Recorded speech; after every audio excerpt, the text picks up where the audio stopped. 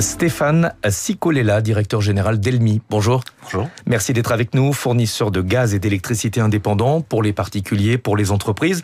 Vous êtes spécialisé dans l'électricité verte. Est-ce qu'aujourd'hui ça reste un critère de choix pour les consommateurs ou est-ce que le principal critère lorsqu'on choisit un fournisseur, ça reste avant tout le prix du kilowattheure? Je dirais que ce sont les deux. Évidemment, le prix dans à peu près tous les achats qu'on fait aujourd'hui au quotidien, et y compris pour un produit qu'on peut considérer comme de première communauté comme l'électricité, le prix est vraiment important. Néanmoins, pour beaucoup de consommateurs, l'aspect à quoi sert ma facture et qu'est-ce qu'elle va financer, et donc est-ce que je finance de l'électricité verte ou du nucléaire, ça reste important. La bonne nouvelle étant qu'aujourd'hui, l'électricité verte, qu'elle soit d'origine solaire ou éolienne, est extrêmement compétitive aux alentours de la compétitivité du nucléaire. Vous êtes en train de me dire qu'on peut faire des choix politiques en choisissant son fournisseur d'énergie. C'est comme vous, quand vous choisissez une banque, ce qu'il faut se poser comme question, c'est ce que votre facture finance à la fin. Mais effectivement, c'est le cas. À aujourd'hui, on a une bonne nouvelle qui est la baisse du tarif réglementé d'électricité au 1er février. On ne peut que s'en réjouir. Donc à peu près moins 14%. Malgré une hausse des taxes, ce qui veut dire qu'en fait que la part énergie dans cette baisse va au-delà des 14%. Donc ça concernera également vos clients. Alors ça concerne les clients qui sont au tarif réglementé, dit le tarif bleu chez EDF aujourd'hui. Mais ça veut dire quoi? Ça veut dire qu'en fait cette baisse elle arrive avec retard. Le tarif réglementé d'électricité, en fait il lit sur 2 ans à la hausse ou à la baisse les tendances des marchés de gros. Donc vous êtes en train de me dire que les consommateurs qui chez vous avaient choisi une offre à prix de marché ont déjà pu profiter de la baisse des tarifs. Exactement. Et la plupart, Elmi, comme la plupart de nos confrères, sont déjà à moins 10, moins 15, moins 20% en dessous du tarif réglementé. Et après la baisse du 1er février, dont on se réjouit bien entendu, le tarif hors taxe restera quelques pourcents en dessous du tarif réglementé. Les fournisseurs d'électricité achètent notamment leur énergie auprès de gros producteurs comme EDF qui produit en France de l'électricité d'origine nucléaire. Est-ce que le nucléaire entre dans la définition, dans votre définition de l'électricité verte, ou est-ce que vous ne commercialisez que du solaire ou de l'éolien? Alors, le nucléaire ne rentre pas dans la définition de renouvelable, puisque par définition, en utilisant l'uranium, qui n'est pas renouvelable, ça n'est pas du renouvelable. Néanmoins, le nucléaire a des qualités, entre autres le fait que ce soit une énergie fortement décarbonée, de même que les énergies renouvelables. Donc, pour répondre à votre question, non, ça n'est pas le cas. Pas dans votre offre. Non.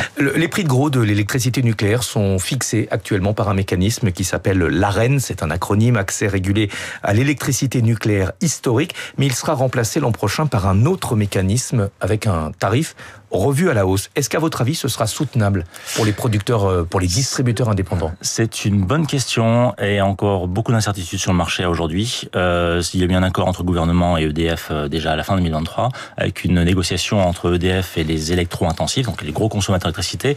Et aujourd'hui, peu sont arrivés à un accord. Donc il y a encore beaucoup de questions qui se posent sur effectivement la compétitivité des prix de cession d'EDF post-AREN. Oui, pour faire simple, on va passer en gros de 45 € le mégawatt à près de 70. Exactement. Oui, c'est une augmentation substantielle.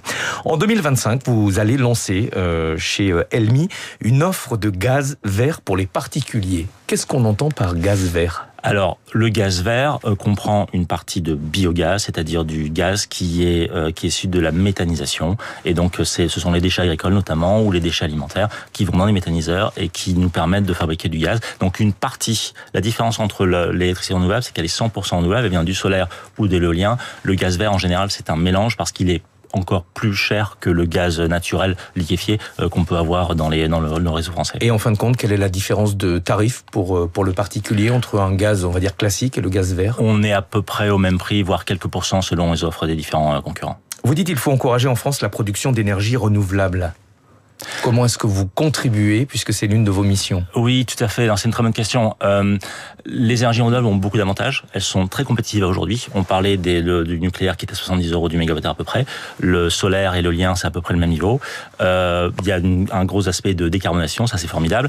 Mais on a aussi d'autres caractéristiques. La première, c'est qu'on doit passer en complément du nucléaire à un système d'énergie un peu plus diffus. On passe de quelques dizaines d'installations à des centaines, voire des milliers. Donc ça, c'est un challenge pour le réseau d'électricité. Le deuxième point, évidemment, c'est la variabilité, puisque l'éolien ou le solaire sont dépendants de la météo.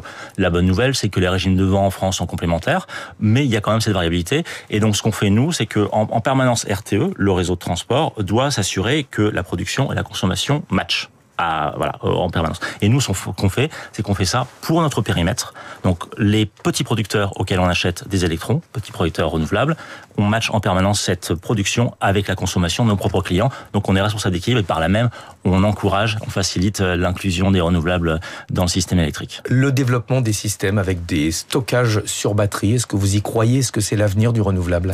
Ça l'est, mais en partie. Aujourd'hui, vous avez un premier système de stockage qui est l'hydraulique. L'hydraulique, c'est du stockage en permanence et en fonction des offres, enfin des pics d'offres et de demandes, on ouvre les vannes ou on les ferme. Effectivement, on voit de plus en plus, et Elmi aussi se spécialise dans ce sujet-là, des batteries pour réguler la fréquence ou avoir quelques réserves temporaires sur des pointes de consommation qui sont aujourd'hui l'hiver, mais qui de plus en plus dans le futur seront l'été. Et on a développé un savoir-faire par rapport à ça. Elmi est une entreprise à mission. Concrètement, qu'est-ce que ça change? Concrètement, c'est-à-dire que dans nos statuts, nous avons marqué que nous sommes là pour aider à une transition écologique juste. Ça, c'est pas le rôle des pouvoirs publics? Ça l'est, mais je pense que c'est un écosystème. Les pouvoirs publics, oui, les acteurs privés, et chacun, tout à chacun, par les actes d'achat que nous faisons au quotidien. Ouais. Qu'est-ce que ça change dans la gestion au quotidien du coup? Ça change que l'entreprise a un sens, a une mission, et que cette mission, tous les collaborateurs d'Elmi, les 180 personnes qui sont à Lille et à Lyon, la partagent au quotidien et ça motive clairement au quotidien.